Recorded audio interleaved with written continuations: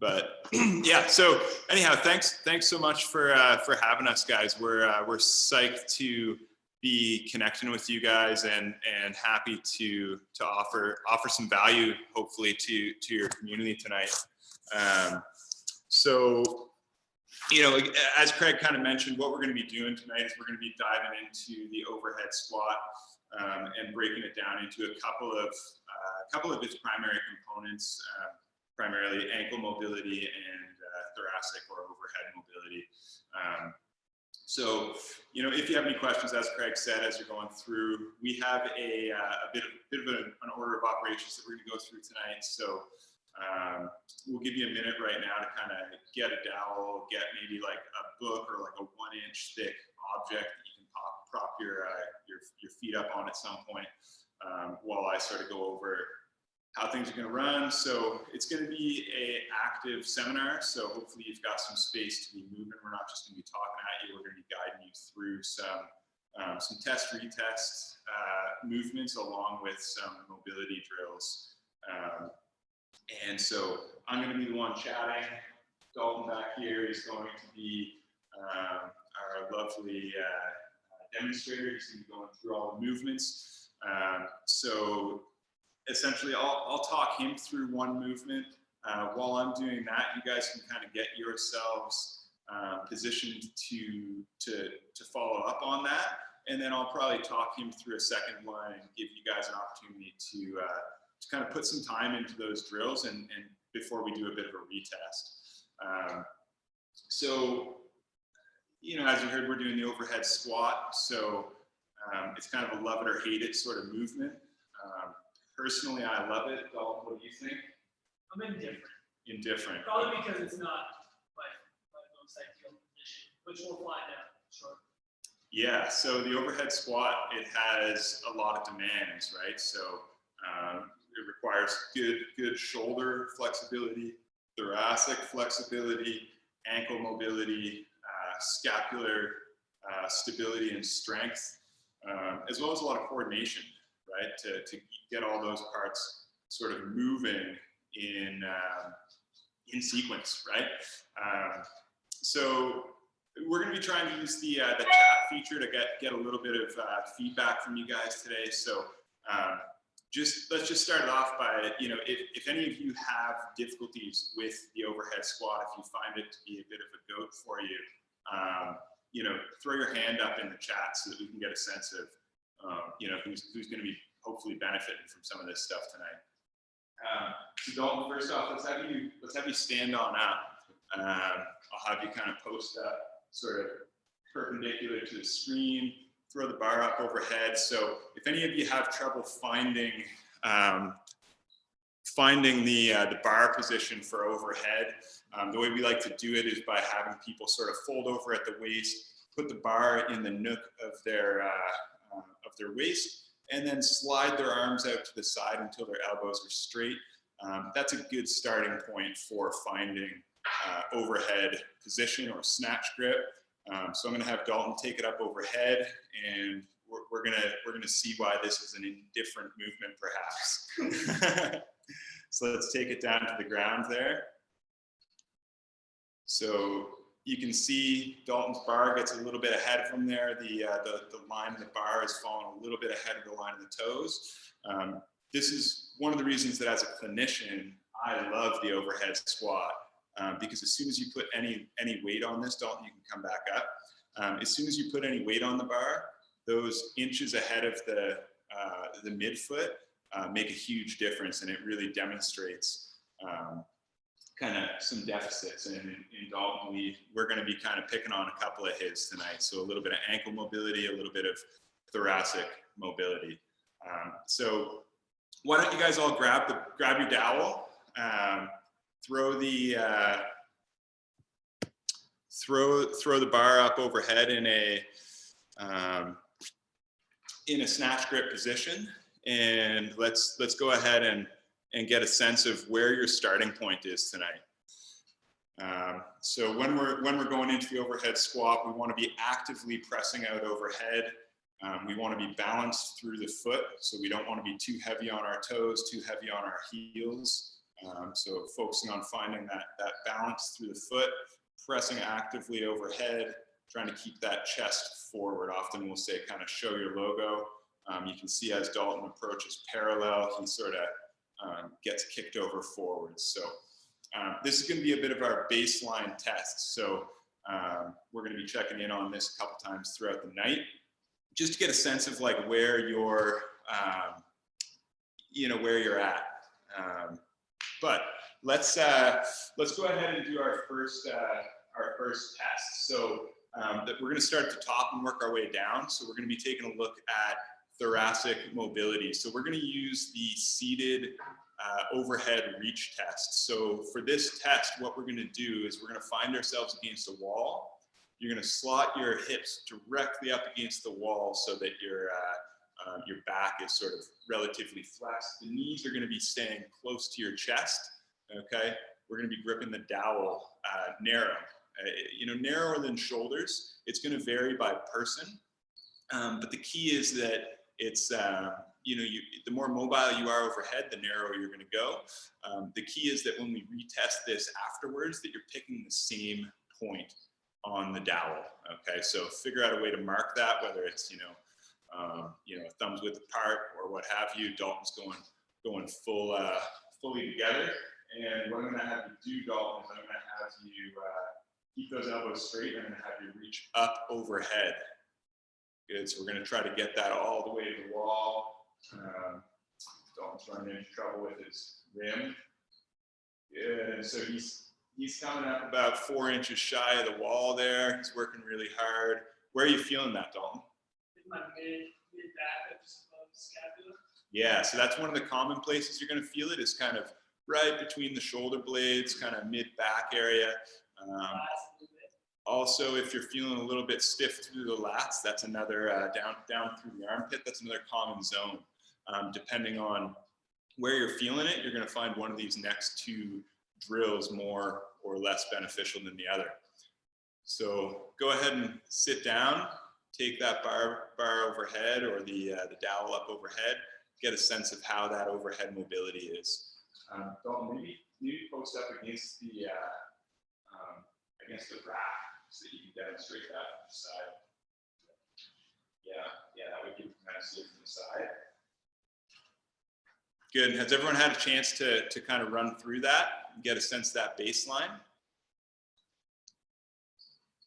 Good. So you can see I'm really struggling to get those final inches, elbows bending a little bit. So pay attention to that stuff so that you've got a true kind of test retest when we come back to this. So we're going to move into our first drill, and it's going to focus on the thoracic spine. So thoracic spine is super important.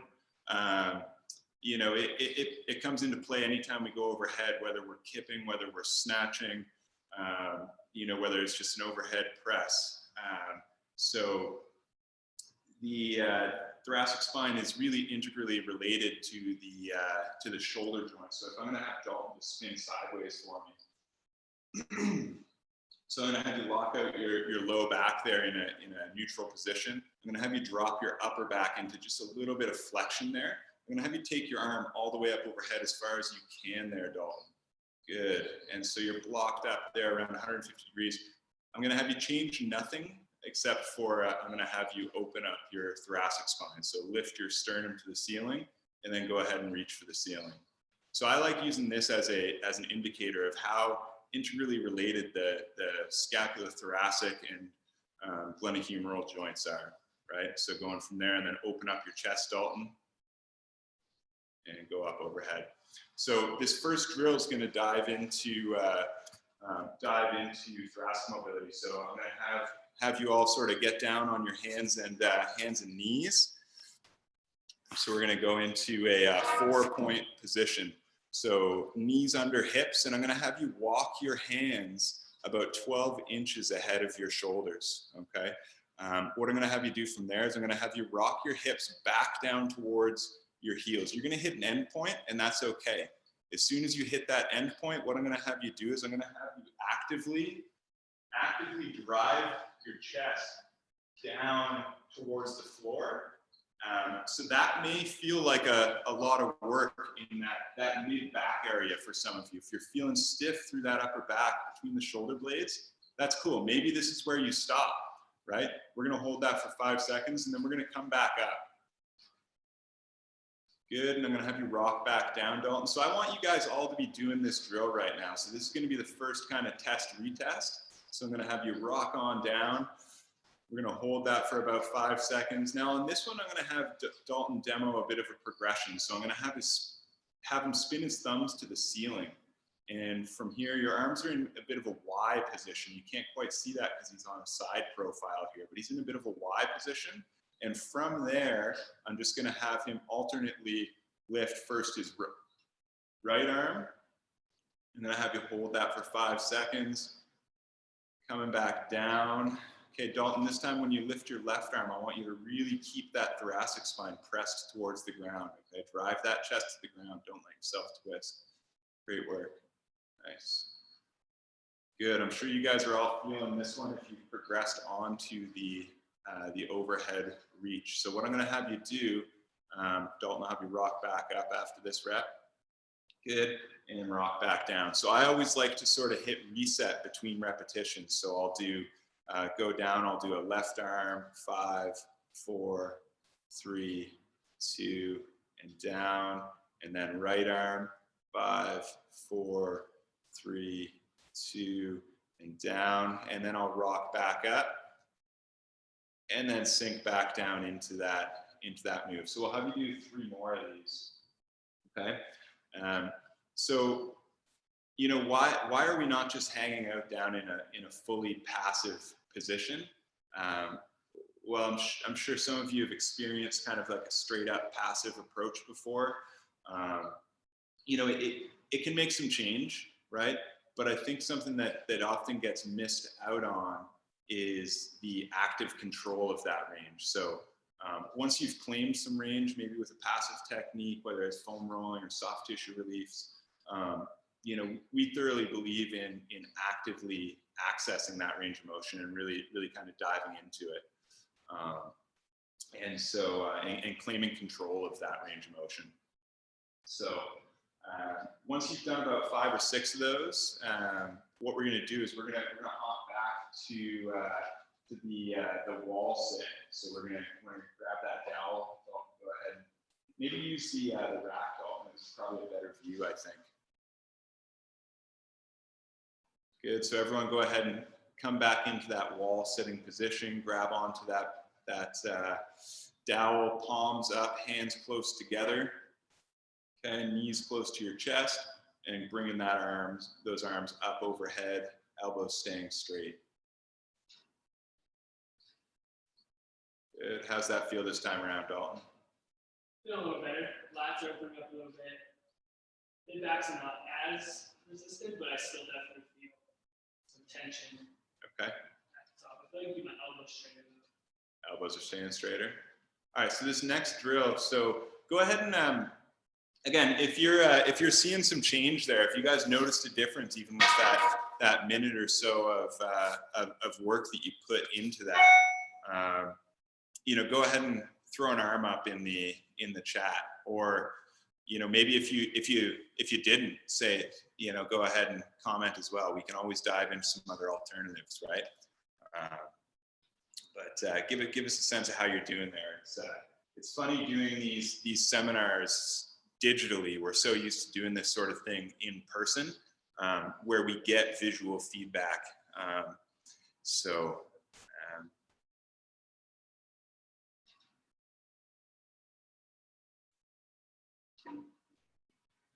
Yeah, nice one. Thanks, Craig. Nice one, Chris. That's great. Glad to hear it. Beautiful, Kate. That's awesome. So let's go ahead and dive into the next one. Maybe if this next one is going to be looking a little bit more. That was more upper back focused. This next one's going to be focused a little bit more on those lats, the wing muscles, all those pulls that you guys do, whether they're pull-ups or ring rows or anything else, right? You know, deadlifts are going to be working those lats, right? So as you know, a CrossFit community, we spend a lot of time, you know, putting the back muscles to work, let's just kind of play around with opening one up. So Dalton, we're going to do the crossover lat stretch there. So for this one, you're going to maybe want a doorway. Okay, so if you have a doorway, it's the best way to do it. You're going to cross the same leg that you're going to be, the leg on the same side as the arm you're going to be stretching. You're going to be crossing it over behind. You're going to be holding on to the doorway, and we're going to reach that arm up and overhead. Right up and overhead. That's the way, Dalton. Thanks, brother. Right up and overhead. I'm going to have you shift your hips away from the doorway. And once you get into a bit of a stretch there, what I'm going to have you do is I'm going to have you use your breath. So this is a bit more of a passive stretch, but when we're doing passive stretching, incorporating your breathing is super, super critical. That's the way that you get that sort of active engagement. So again, we'll go into that position, and what we're going to do is we're going to hang out for like 5 nice deep breaths. You know, let's focus on slow inspiration, maybe like a 3 count in, 3 count hold, and then like a 6 or 8 count out if you can. And we'll do 5 breaths there. Think about actively pushing away with that bottom hand. Like I'm driving my bottom hand into the ring. Yeah, nice cue there, Dalton. So Dalton mentioned if you sounded a little hollow from the back there, what he's doing is he's actively pressing into that doorway or into that rig as he's reaching up overhead. So we'll go ahead, before we retest, I'm just going to have you do one side, and then I want you to hop back down into that seated overhead reach. That way you can feel, how did this influence your right versus your left if you only did one arm? So Dalton, you did your left arm first there, so just go ahead and hop on down into that seated overhead reach test.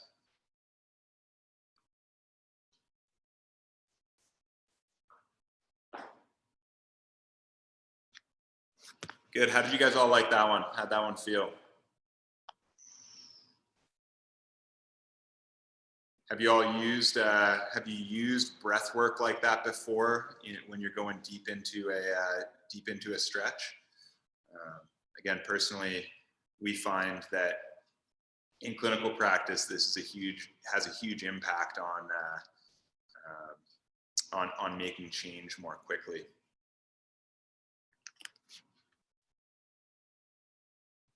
Good. All right. So the final drill we're going to be doing is going for the upper back is going to be we call like a goblet squat to overhead press. So if you don't have a goblet, you can just interlace your fingers between your hands. Dalton, I think you've got a 12-pounder right there.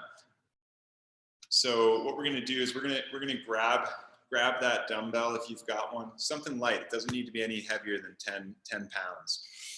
This is a deceivingly challenging exercise. What you're going to do is you're going to drop down into a deep squat for you, right? Whatever that happens to be. For some people, they're going to be going ass to ankles. For other people, you're going to be hitting parallel, right? So Dalton, I'll have you take it down into a squat, and I'm going to have him press overhead actively into that overhead press position. Hold for a 2 count. Bring that back down and stand on up. And then we're going to go right back down. Okay, down, pressing up, owning that overhead position, loving that sensation back there, and then standing back on up. Good. So we're gonna repeat this for 10 reps.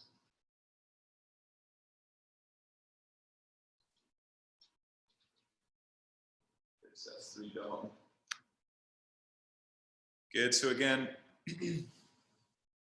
yeah, this is just as good with interlaced fingers. I totally agree, Craig. Dalton's kind of going beast mode here with a 12-pounder, but he's going to be feeling that in the back of his shoulders as well. He's having to really work to keep that thing up overhead. So this is a great drill to really actively engage that.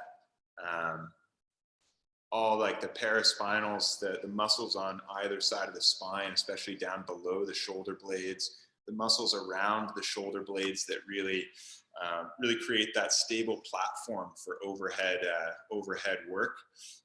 You're also going to be getting some cuff engagement with that, as well as lots of engagement through the long neck muscles, the ones that cross over from the neck and attach right onto the shoulder blade. So again, let's get some feedback from you guys. Let's see how that.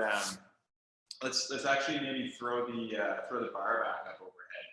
So grab that dowel when you guys are all done that. Find that snatch grip. So put it in the waist. Widen out those arms till the elbows are straight. Grab on there and go right up overhead. And just recheck that squat. So what I forgot to mention earlier on is that for those of you that maybe have a really nice overhead squat, super clean range of motion, maybe going down into an overhead squat with a dowel doesn't feel like much work. Something that you can do to really challenge this position is kind of post up between a doorway. So Dalton's going to do that here in our rig. So he's going to pretend this is his doorway. He's going to grab on. He's going to line his toes up mid-foot in line with the door frame, actively pressing up into that overhead squat. This is going to be a test, huh, Dalton? And just going as deep as he can there. That's feeling like a lot of work. So this is when you lock yourself into this position, it really forces that bar path to stay perfectly in line with the midfoot. And so that's why I like using the doorway. And so again, for those of you that maybe feel like you've got a really good overhead squat and that's not a really good retest for you, you could try using the door frame to see how that feels. How's everyone doing there? Little feedback is always nice, timing wise. Do you all feel like you had enough time to work through those drills? Just a thumbs up in the chat goes a long way.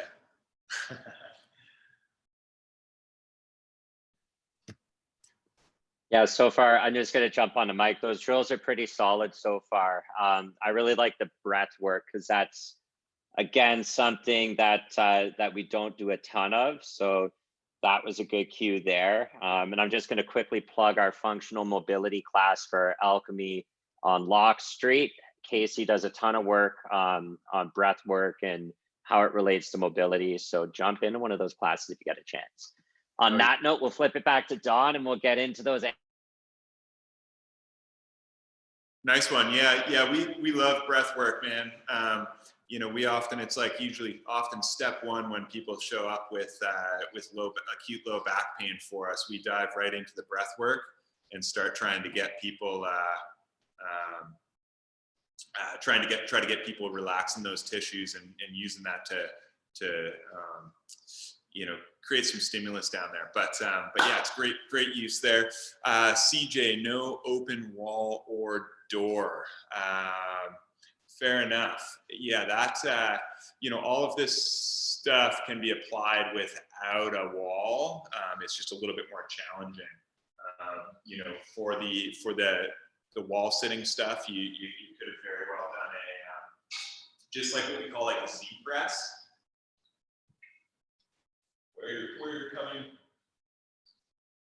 keeping yourself in very much an L sit type position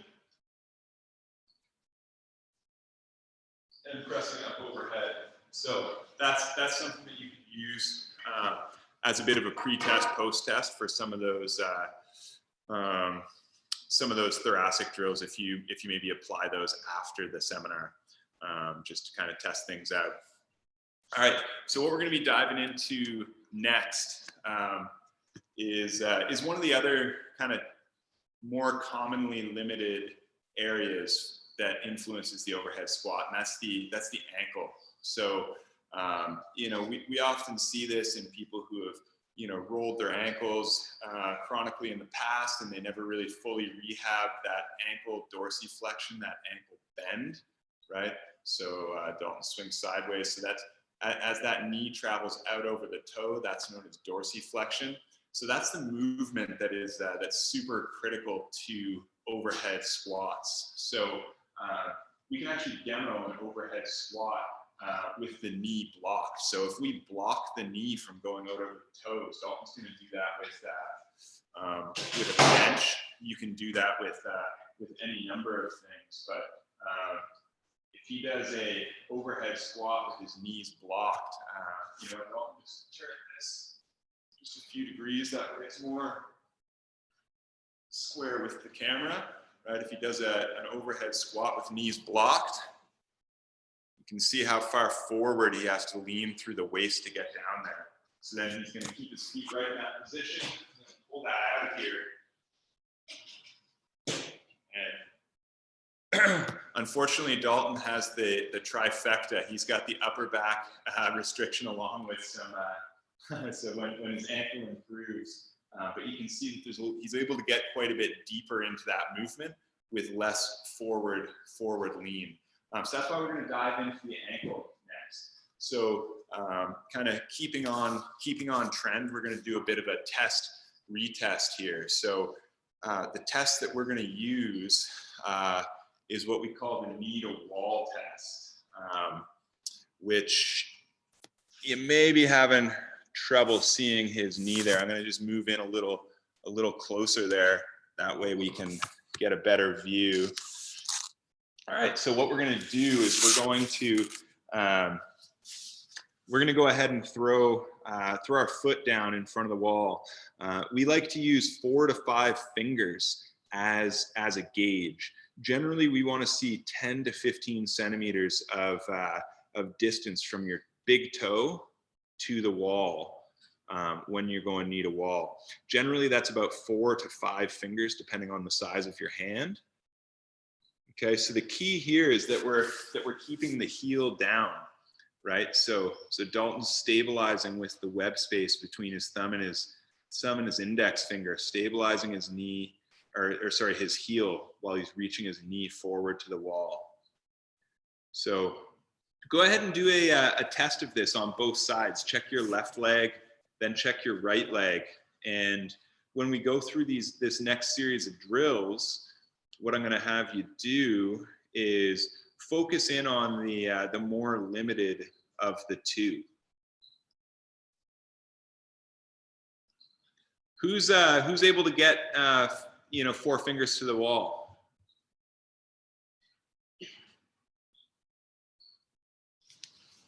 Maybe better question is who's able to get 5 fingers? Who's able to get that full hand with your fingers sort of flat down? Who's able to get that nice wide hand to the wall? Dalton, can you do it, brother? Bit of a battle there. Yeah, so 4 fingers is a great place to start. And honestly, I expect apparently I have good ankle mobility. Yeah, so 4 fingers is a bit of a that's our starting point. Again, depending on the size of your hand, the goal is 10 to 15 centimeters. So that's 4 inches to 4 to 6 inches, right? So again, 6 inches for someone who's tall like me, maybe 4 inches for someone who's on the shorter end of the spectrum, maybe down in like the low 5 foot range sort of thing. So maybe if after this seminar, what I'd say is get out the tape measure and measure it out, right? And then make some notes side to side. What we know is that from the research, 1 centimeter difference side to side is what we consider clinically significant, right? So if there's a difference of 1 centimeter from left to right, then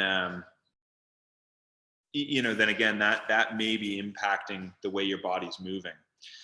Something that I didn't comment on that isn't super apparent in this side view when you're doing this test is that you want your knee to be tracing out along the third toe. So when you're coming down, you don't want that knee tracing in over top of the big toe, right? You want to be coming out over top of that third toe, over top of that middle toe.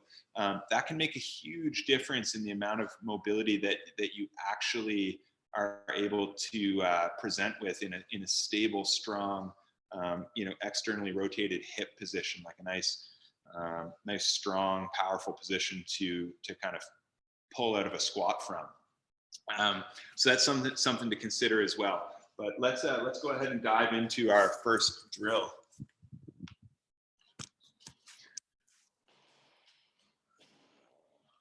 Good. So you may or may not have a bench or a chair or a stool available. If you don't, Dalton's gonna demonstrate the standard lunge version of this drill as well. So this drill is the one that we call the triple flexion drill. Maybe Dalton will have you come from the side as opposed to the front. That way they can sort of see the side view. So we're going to be bringing the low back into flexion, the hip into flexion, the knee into flexion, and also the ankle into dorsiflexion. So keeping the foot flat on the ground, sort of sitting your heel. Daryl, the key with testing your ankle, every body is a little bit different. I always say somewhere between 0 and maybe 20 degrees of turnout. But again, either way, the key is that your knee is tracing sort of over top of that third toe when you're doing that test, and that you're consistent with your test and your retest. Okay. But to carry on to this drill here. So again, you're sitting your hip down onto your heel. You can see Dalton sort of stabilizing his heel onto the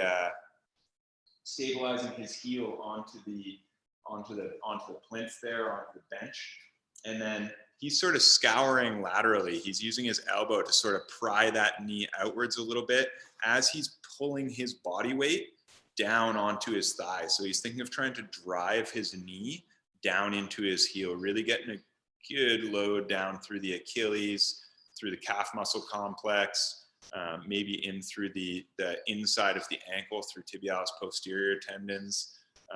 All of those tissues can limit ankle mobility. If you're feeling more of a pinching at the front of the ankle, that may be more of a joint restriction, which can be addressed with some other drills.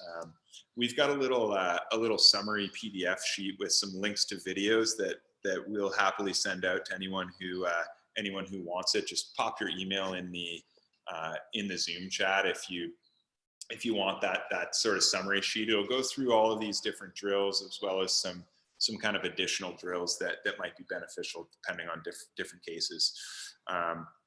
So Dalton's working away there. I like to spend anywhere from like 1 minute to 2 minutes working on each ankle in this position.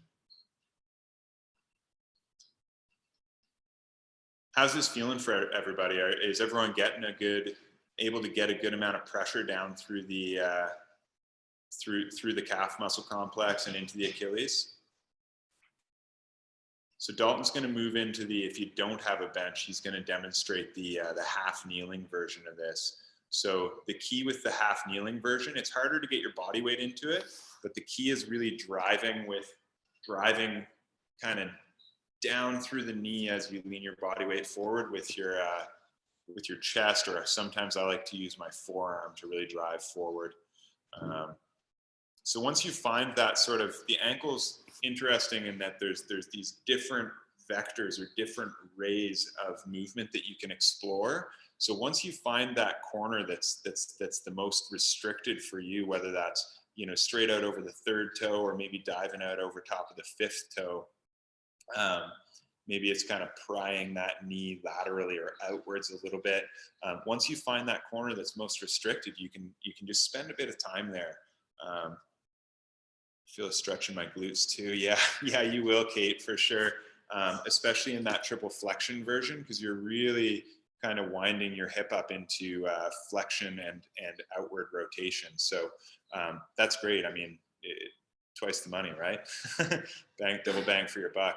Another thing you think about too is like driving your foot actively into the floor, building tension, trying to crush through the floor as you're at that end range.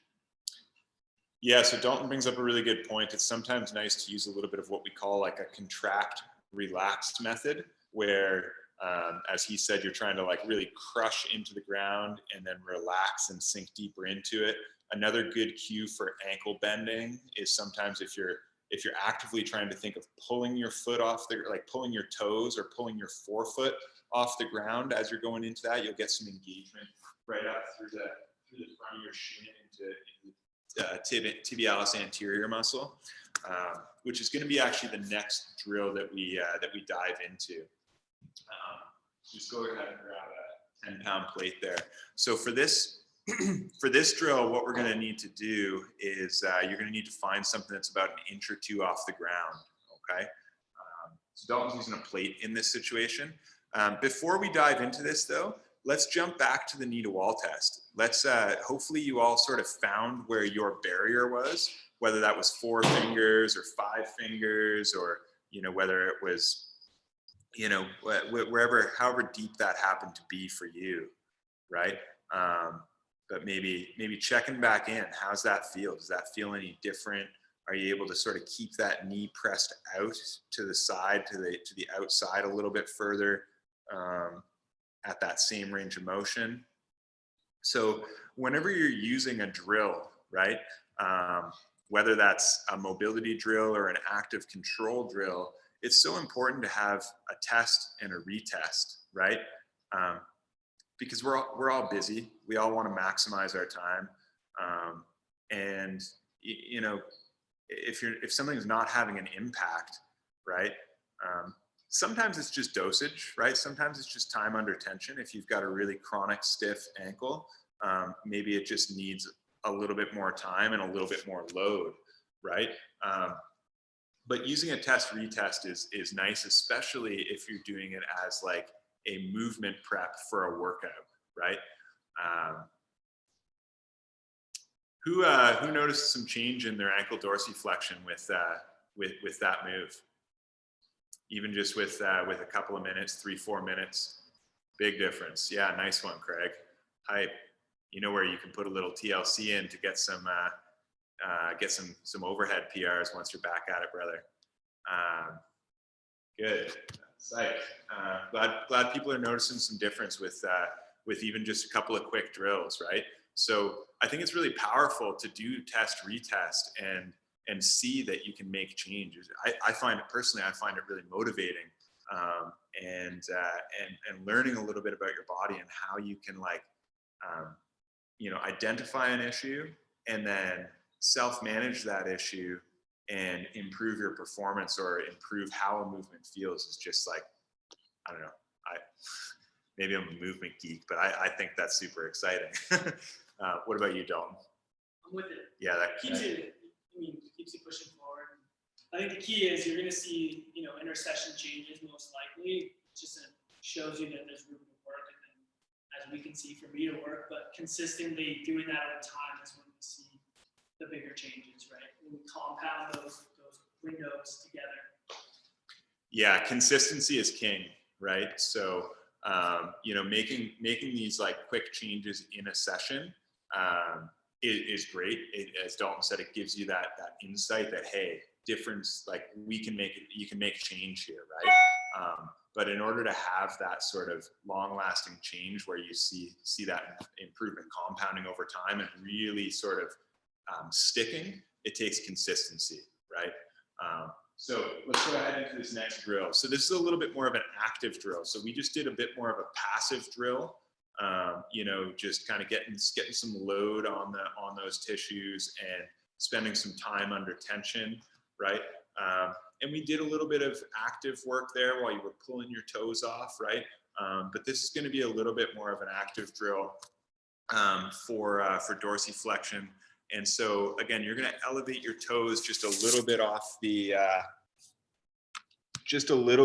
ground. Okay, so we're going to elevate the toes just a little bit off the ground, and what you're going to do is you're then going to bend keep your heels on the ground. You're going to bend your knees forward out over your toes. So, you know, this can be a really simple drill if you just sort of use your body weight to sort of shift your knees forward. I like to cue people to really actively pull themselves into that knee bend, not through their hamstrings, not from above, but actually thinking of pulling the toes up towards your shin. So using those muscles at the front of your shins to pull your knees forward, pull that shin angle, close that shin angle down. Okay. So it's a little bit of like a far out concept for some people, thinking of like closing down the ankles by pulling with your foot. You know, but if you take your foot off the ground and bend your ankle, it'll make a lot of sense, right? So you can actively bend your ankle using the mouth, you know, by pulling the toes up towards your knee. And so we're just doing that in what we call like a closed kinetic chain position, or a foot on ground position. And so what we're going to do is we're going to pull down into that position. We're going to hold for like 5-10 seconds. Depends how fatigable those muscles are. Some people find those, you know, if you're the kind of person that tends to get like pretty gnarly shin splints when you start incorporating that 400-meter run into your into your workouts, then maybe that's an opportunity there to address some capacity in the tissues at the front of your shin, the tibialis anterior, long toe extensors. Good. So just repeating that, I usually like to get people spending about a minute. So, you know, anywhere from like 6 to 10 repetitions pulling into that position.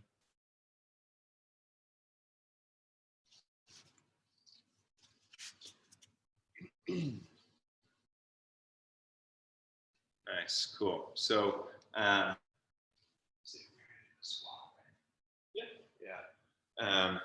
so question here actually. So we've got like, I don't want to take up too much of your evening here, guys. You know, we've gone through a few drills for the thoracic spine, a few drills for the ankle, hopefully made some improvement on one or the other of those. You know, let me know, do you guys want to see one more option for ankle mobility? Or do you guys want to fire off some questions and maybe pick our brains a little bit?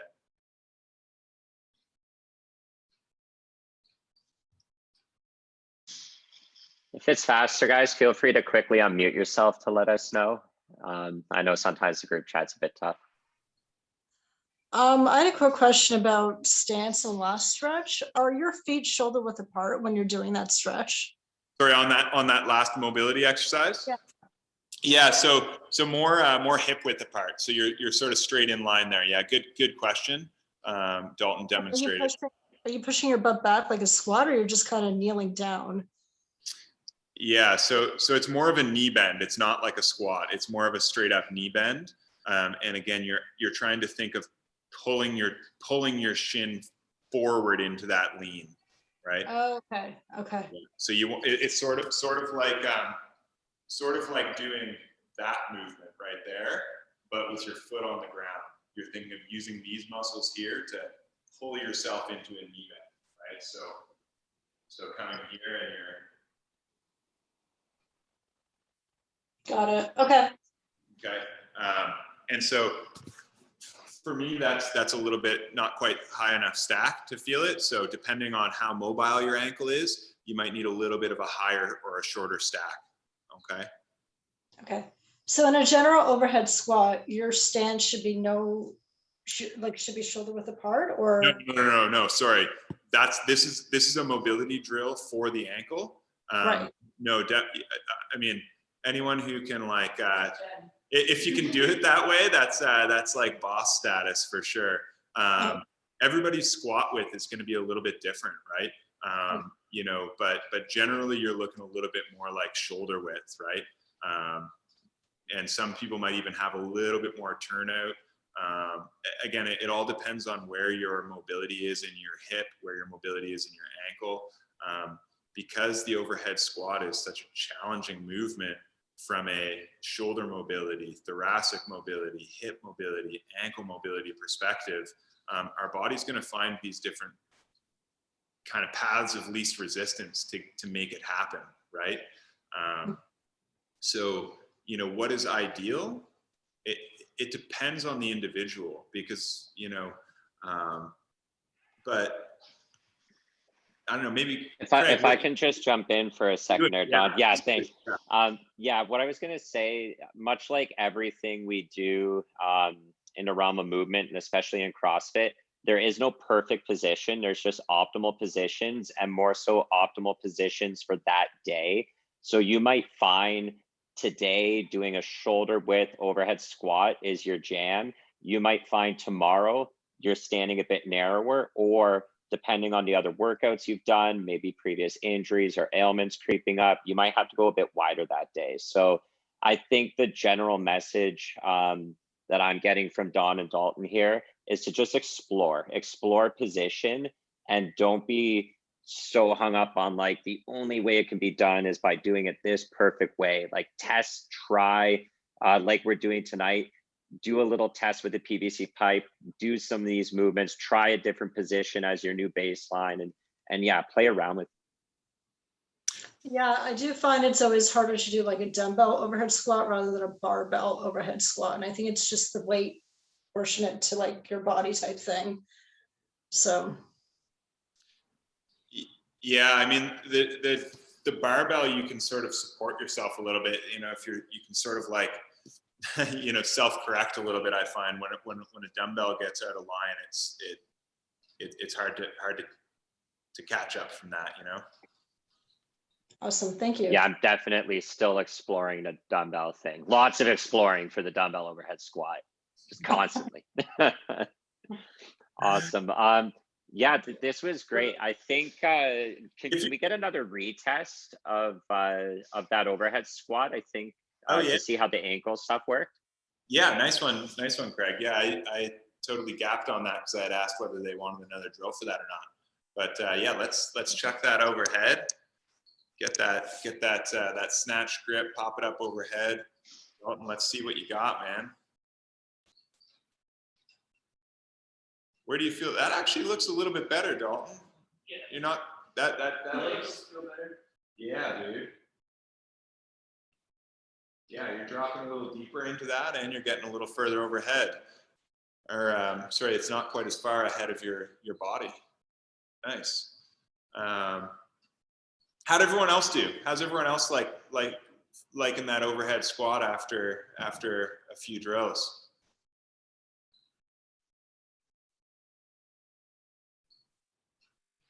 I got some thumbs up on the screens there as I'm scrolling them, so that's fantastic. Nice. Yeah. If only the CrossFit classes started with a 30-minute warm-up, right? So Craig, to be fair, it took like 30 minutes to go through it because we're teaching the drills, we're doing a lot of talking, but frankly, you know, like each one of those drills was really only my heels aren't coming off the ground anymore. Sick, Kate, nice one. So you know, frankly, it doesn't take that much time if you know what you need to target, right? We did a lot of testing, retesting, right? So this is where knowing your body can make a huge difference in a workout, right? So say you go into a class and Craig's teaching it and there's overhead squat and he's doing like more of a general warm up and you're like, dang, I know my ankles are super restricted today. And you know, you can just like chuck a couple minutes of ankle mobility in before Craig starts his more general warm up that's directed to everyone, right? So it's all about knowing your body and understanding, you know, where your opportunities lie, right? You know, we really try not to speak in deficits or weaknesses or limitations here, but more in the realm of opportunity. Like Craig said, you can always find a way to work around and move into a position. But if you understand where your opportunities lie, then you can, you know, better prepare yourself for a movement or hopefully reduce the injury risk of a particular activity even. Cool. Awesome. Yeah, I just want to kind of reiterate that point, Don, that yeah, hands down, no matter what class you're doing, whether it's online, in the gym, you need to do what's best for you. The coaches are always going to be thinking of the kind of group, of the general, of the let's get everybody warm. So always throw in stuff that you specifically need and never worry about us. We want you to do that. We want you to be like, hey, coach, I need that ankle stuff. And we'll get you sorted out with that, help you out within the group. Cool. That's why we love you, Alchemy. So again, just a little reminder, if any of you guys, if any of you guys want to get that PDF from us with like, with YouTube links to our YouTube that have videos of the drills and written cues and stuff like that, just go ahead and throw your email in the chat or hit Craig up with your email or ask him to have us fire it off to you. We're happy to share that resource, and and if you ever have any questions, like Craig mentioned at the beginning, Dalton and I are two of the owners at the Movement Physio. We're located in Dundas. We offer free quick consults to like chat with people about their issues, to decide whether we're a good fit, whether we're a good opportunity for you, and then anyone who attended this workshop tonight, if you reference the workshop, when you book online, we're happy to offer 50% off our initial assessment fee, just to help get you guys going, and to say thanks for spending your Monday evening with us. Awesome. Well, thank you so much, Don and Dalton. And yeah, solid squat at the end there, Dalton. That bar path was looking slick. That's good. Big change, huh? Oh yeah. Oh yeah. So yeah, thank you so much to both Alchemy and Element for jumping into this and for throwing those emails in a group chat. I'll keep this room open, Don, so we can have time to go through and you can collect those emails.